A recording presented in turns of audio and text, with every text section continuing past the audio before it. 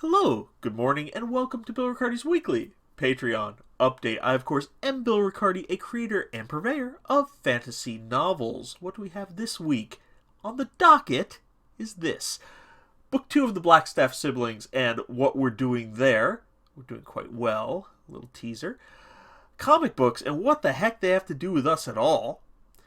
And finally, another stupid trilogy. The Amazon exclusive version. And why we've done that and what came about as far as that's concerned, we'll talk all about that last. First, let's start off with the Blackstaff Siblings Book 2. We have passed that difficult middle part.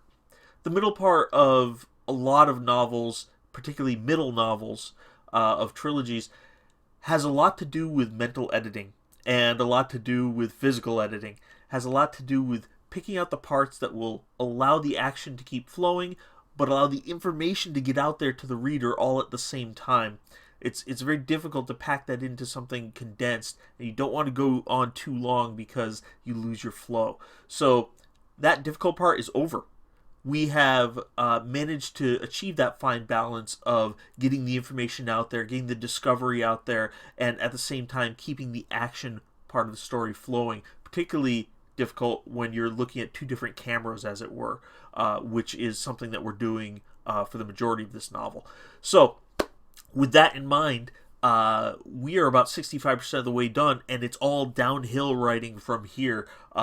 Everything is going to be involving a rapid progression of the plot. We're going to be looking at more action. We're going to be looking at pushing all of the protagonists towards the conclusions that are needed at the end of this novel. It starts to get quite exciting and emotional and very much sad for a writer at this stage, because you know what's going to happen. You kind of know the fate of your characters, as it were, and whether or not it's a good fate or a bad fate. Your role now is to now push them towards what has to happen at the end of this book. So we're there, and that means we can pretty much project a 3 to 4 week period before the beta starts. And it means that we can start looking at cover artists next week. So that's what's happening there. We should be rapidly between 10,000 and probably 15,000 words a week be finishing this particular novel. So, where are we at as far as comic books, and why are we talking about them? I had a lot of feedback from Mind of a Witness, and then prior to that, I had some feedback for My Foxy Boyfriend as to why these weren't graphic novels and why these weren't comics. And my answer is, I can't draw. But the real reason was, I planned them to be novellas. And, I'm glad people are enjoying the novellas, but I'm also glad that they've brought to my attention that, these could make great comics.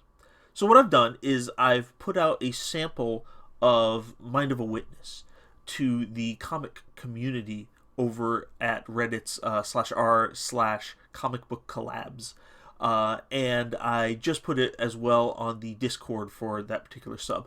And I'm going to get some initial feedback as to what people think. I can't really afford to do the whole hire an artist, hire inkers, hire everyone necessary. It's usually about 5 or 6 roles for a comic book. Sometimes that's all one person. Sometimes that's split up into multiple people. But I have to pay my bills, of course. There's a house to pay for, there's food to pay for, and then any extra money that comes in from my publishing career tends to get put forth as advertising for the next book, etc., etc.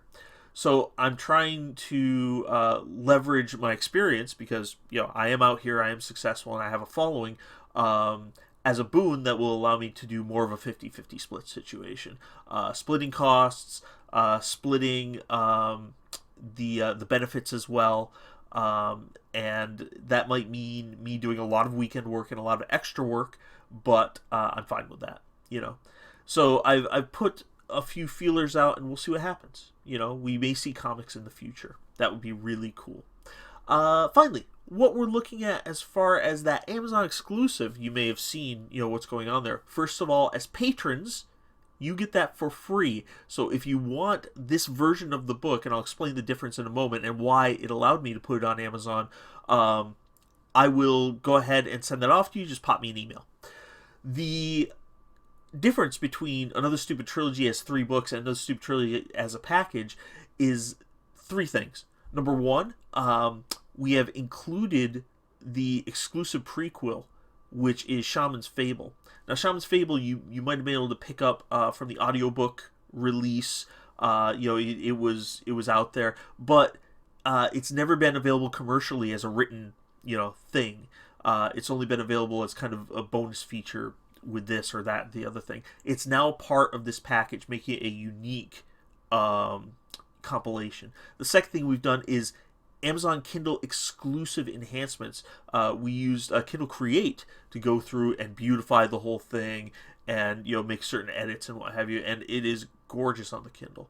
And all of the graphics for all of those novels are included within the novel itself, which is a third very important change. That means you don't have to break the flow to look at a graphic elsewhere, a map or a cover or what have you. They're all in line now with the reading experience, and the cover is just a picture of a box set with all 3 books. But the individual covers are included. It's all part of the flow. It's beautiful. I love it. So that is available exclusively on Amazon. Why did we do that? When we have all 3 books, and I could actually technically make a little bit more money by selling the books individually.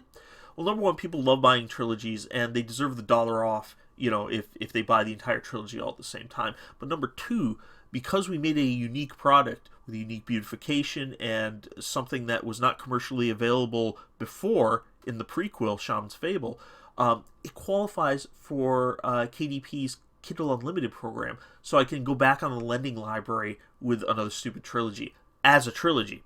It's huge. It's like 12,000 Kindle pages or something like that. So if someone reads it all the way through, it's a real boon for me. And of course, the KU readers who lost access to it once I went broad, because you must be a Kindle exclusive in order to be on KU, they've got access again, but they've got access to the additional stuff and the better formatting and a unique package that is only available on Amazon. And that's why we did that. So there we go. We're done.